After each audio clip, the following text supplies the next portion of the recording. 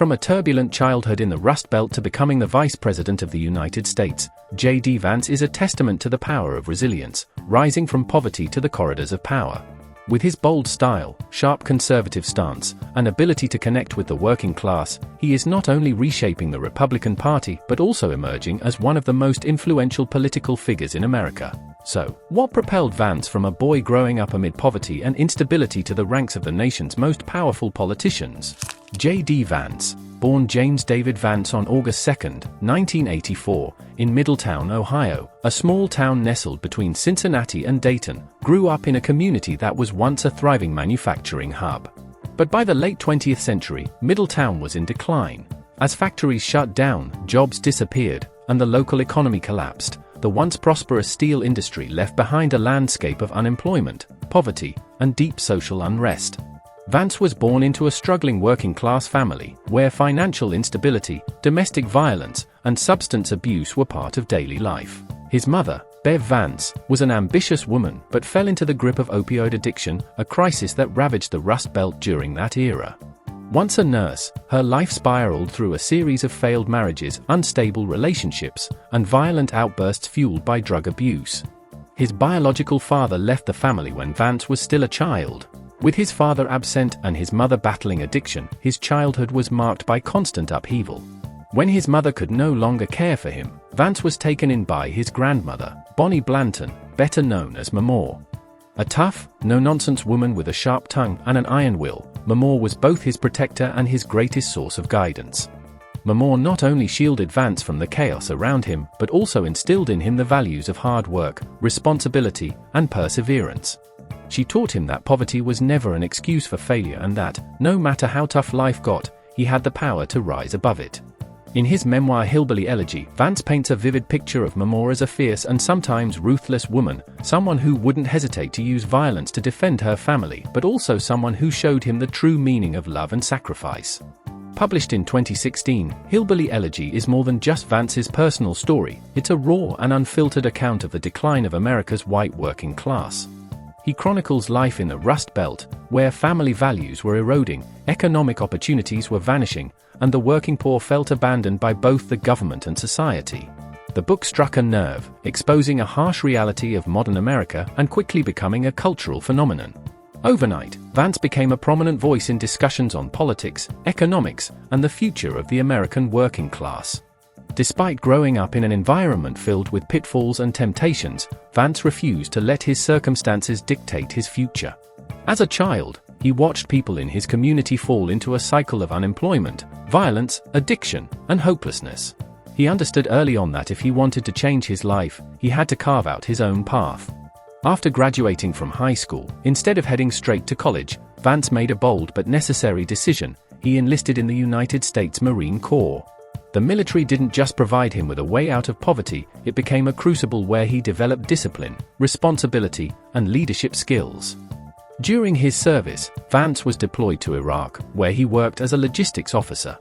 His time in Iraq gave him first-hand exposure to the brutal realities of war, the sacrifices American soldiers endure, and the political consequences of military decisions. Later in life, he would reflect on his time in the Marines as one of the most transformative periods that shaped his character.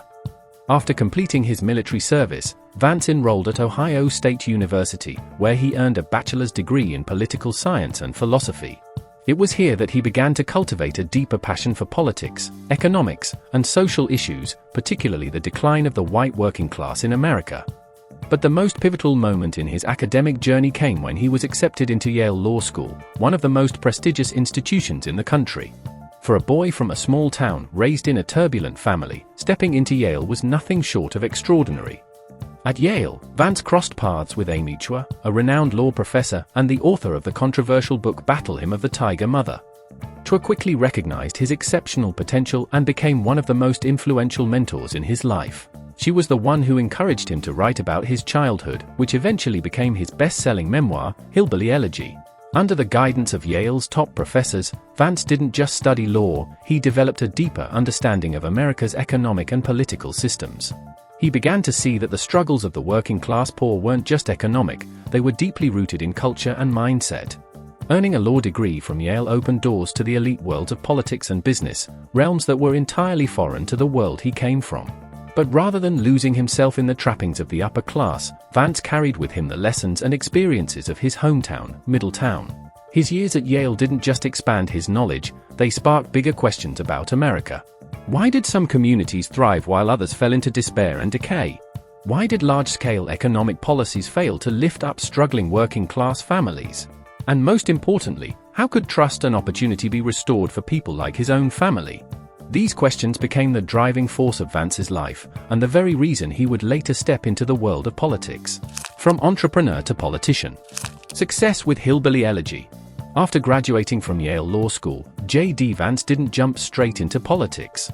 Instead, he entered the world of finance and investment, working at Mithril Capital, a venture capital firm founded by billionaire Peter Thiel, who would later become one of Vance's most influential backers. His time at Mithril Capital not only provided him with a solid financial foundation but also introduced him to key connections among investors and policymakers in Silicon Valley and Washington, D.C. However, despite having a stable career in investment, Vance couldn't shake his deep-seated concerns about the decline of America's working class, a struggle he had experienced firsthand. That's what led him to share his story in a memoir. In 2016, he published Hillbilly Elegy, a memoir of a family and culture in crisis, a book that wasn't just about his personal journey but also painted a broader picture of an America where once prosperous working-class communities were now trapped in economic stagnation, family breakdown, and the opioid crisis. The book quickly became a cultural phenomenon, climbing the New York Times bestseller list and drawing attention from both the media and political circles. It wasn't just a personal success story, it was a wake-up call about the deepening divide between America's struggling working class and the political elite. Vance vividly described the hardships faced by people in the Rust Belt, from the collapse of the steel industry and the erosion of traditional family values to the growing sense of hopelessness and disillusionment with the government. The success of Hillbilly Elegy made Vance a key voice in political discussions, especially as populism surged across the country. Many viewed the book as an explanation for the rise of the Trump movement, as millions of working-class Americans felt abandoned and betrayed by the political establishment. Beyond literature, Hillbilly Elegy gained further prominence when Netflix adapted it into a film in 2020, directed by Academy Award-winning filmmaker Ron Howard.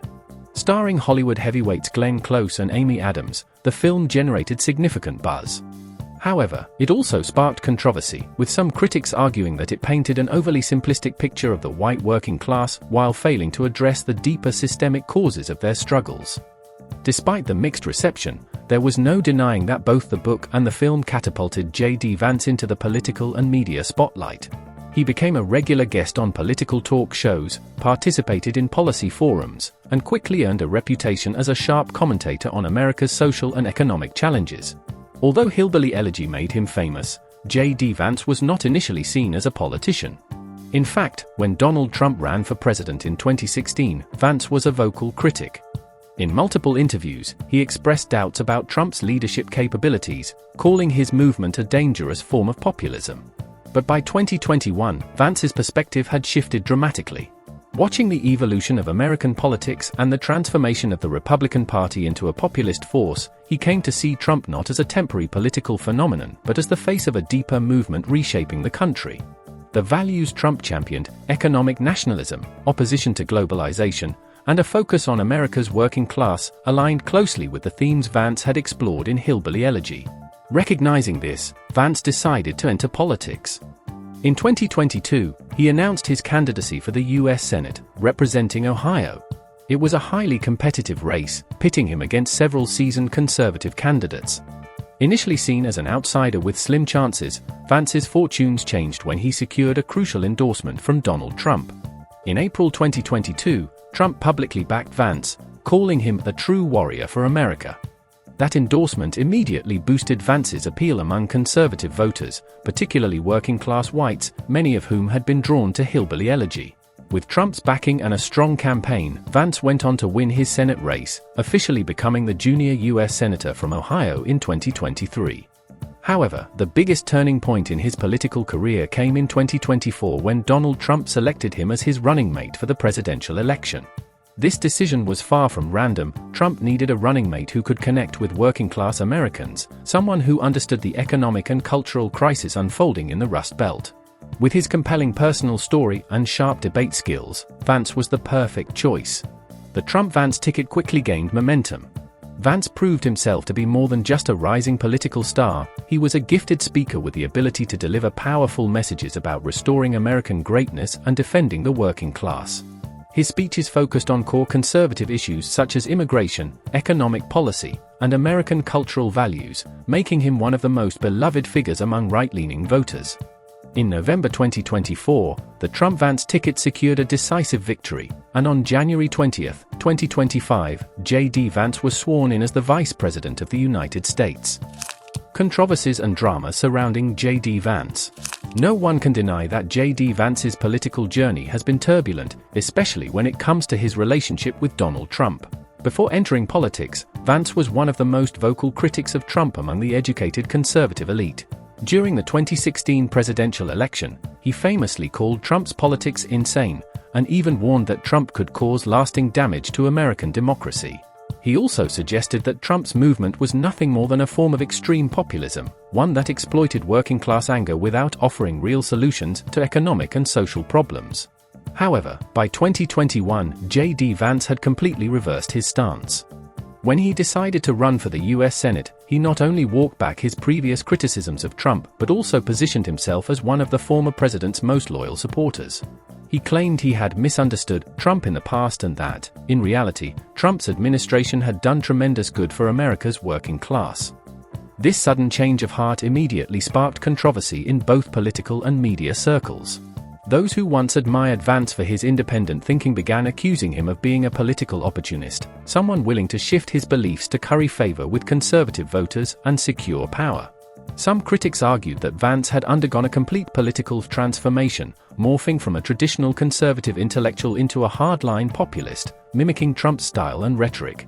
Yet, despite the backlash, his shift in stance helped him gain strong support from conservative voters, particularly among Rust Belt working-class whites who had long resonated with Trump's message. In an interview, when asked about his change in perspective, Vance candidly admitted that he had misjudged Trump in the past and, upon reflection, realized that Trump had been fighting for issues that truly mattered to working Americans. His supporters saw this as political growth, a sign that he was willing to acknowledge mistakes and adjust his views based on real-world experience. However, to his critics, it was nothing more than a calculated political move, a strategic pivot designed to win elections rather than a genuine ideological shift. J.D. Vance has also stirred controversy beyond his political evolution. His bold and often provocative statements on issues like immigration, identity politics, and woke culture have frequently made headlines. One of his most widely discussed remarks was, "America is being destroyed from within by the liberal elite." This statement quickly became a rallying cry for conservatives who believe that a small group of progressive elites in universities, major corporations, and the media are imposing left-wing ideology, eroding traditional values, and undermining America's national identity. For Vance and his supporters, this elite class is responsible for pushing radical social policies that weaken the foundation of American society. However, to liberals, statements like these are nothing more than political fearmongering, deepening national divisions rather than offering real solutions. Many critics argue that Vance is capitalizing on conservative anxieties to fuel a populist agenda instead of proposing concrete policies. Additionally, Vance has been an outspoken critic of progressive movements, particularly woke culture, which he describes as a cultural revolution against traditional America. He has accused universities and mainstream media of promoting an ideology that makes Americans ashamed of their country rather than proud of the values that built Western civilization. His remarks have won him strong support among conservative circles but have also made him a major target for the left, who view him as a political provocateur exploiting culture war rhetoric to solidify his political standing. One of the biggest controversies surrounding J.D. Vance is his close relationship with billionaire tech investor Peter Thiel. Thiel, one of the most powerful venture capitalists in Silicon Valley, has been a vocal supporter of conservative populism and was one of the first major figures in the tech world to back Donald Trump in 2016. Vance and Thiel's connection runs deep, particularly in the financial sector. When Vance launched his investment firm, Naria Capital, Thiel was one of its largest financial backers. Later, when Vance entered the 2022 Senate race, Thiel poured millions into his campaign, helping him gain visibility and attract conservative voters. While Till's support gave Vance a significant political advantage, it also raised concerns about his independence. Some critics questioned whether Vance truly represented the struggling working-class communities he often spoke about, or if he was merely a political tool for billionaire interests. There is growing unease that, if Vance holds power, his policies might prioritize the interests of Silicon Valley's elite rather than those of ordinary Americans. His detractors have labeled him as Peter Till's puppet, arguing that his political positions could be influenced by corporate agendas rather than the needs of working-class voters. Vance has repeatedly denied these accusations, insisting that he is ideologically independent and not beholden to any financial backers. However, his relationship with Till remains a sensitive issue and continues to fuel debate about the influence of billionaires in American politics. J.D. Vance's wealth and personal life. According to financial disclosures from his 2022 Senate campaign, Vance's net worth was estimated to be between $7 million and $15 million, a remarkable achievement for someone who grew up in poverty. As he won his Senate race and entered politics, his wealth continued to grow, fueled by investments, book royalties, and other business ventures. By the time he became Vice President of the United States in 2025, his net worth had likely far surpassed previous estimates.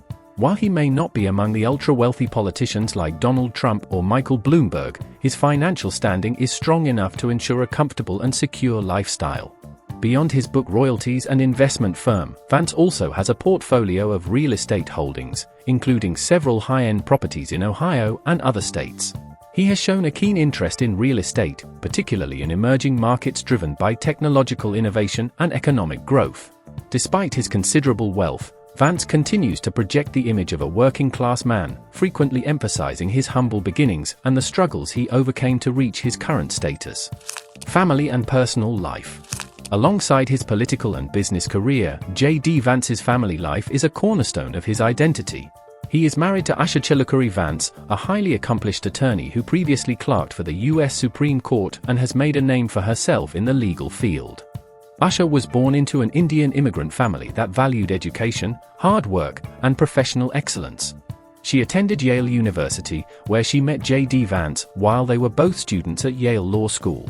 Their relationship began with intellectual conversations about law, politics, and culture, gradually developing into a deep and lasting partnership. After getting married, the couple built a family together, raising 3 children. They reside in Ohio, a place Vance still considers home, despite his political responsibilities often taking him to Washington, D.C. Although his career keeps him busy, Vance prioritizes family time, something he frequently mentions as one of the most important aspects of his life. In interviews and speeches, Vance often emphasizes the importance of traditional family values and the lessons he hopes to pass on to his children. He believes that the decline of the family unit is one of the primary drivers of social instability in modern America.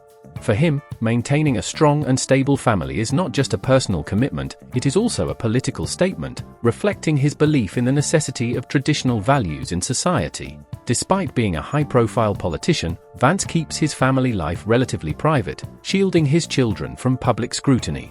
He and Usha strive to provide their children with as normal an upbringing as possible, even as he holds one of the most powerful positions in the country. The political future of J.D. Vance. J.D. Vance's rise to the position of Vice President of the United States in 2025 wasn't just a milestone in his career, it also opened the door to enormous political opportunities for his future. Being chosen as vice president is a clear signal that a politician has reached a high level of recognition within their party and is seen as a viable leader for the future. In Vance's case, this role is especially significant because Trump, who selected him as his running mate, may not seek re-election in 2028. That would leave a leadership vacuum that Vance could be in a prime position to fill. If he maintains strong support from conservative voters, Vance could very well emerge as the Republican Party's frontrunner in the 2028 presidential election. Having already served at the highest levels of government, he would have a significant advantage over other potential candidates who lack national executive experience. One of the most critical factors determining Vance's chances in 2028 will be whether he can retain the loyalty of Trump's base. Trump's supporters are not just traditional conservatives, they are a broad coalition of working-class voters, populists, and those disillusioned with the political establishment. If Vance can continue to speak to their concerns, he could inherit Trump's political legacy and position himself as the leader of the populist movement within the Republican Party. However, the road to the White House won't be easy. Vance will likely face strong competition from other Republican figures who also see themselves as Trump's natural successor. Potential challengers could include Ron DeSantis, Mike Pompeo, and Nikki Haley, all of whom are influential figures within the party. Regardless of what happens, one thing is certain: J.D. Vance is not just a passing political figure. He has firmly established himself within the Republican Party, and in the coming years, he will remain one of the most influential voices in American politics. With his experience, ambition, and ability to connect with voters, he has the potential to shape the future of the Republican Party, and possibly the country, for decades to come.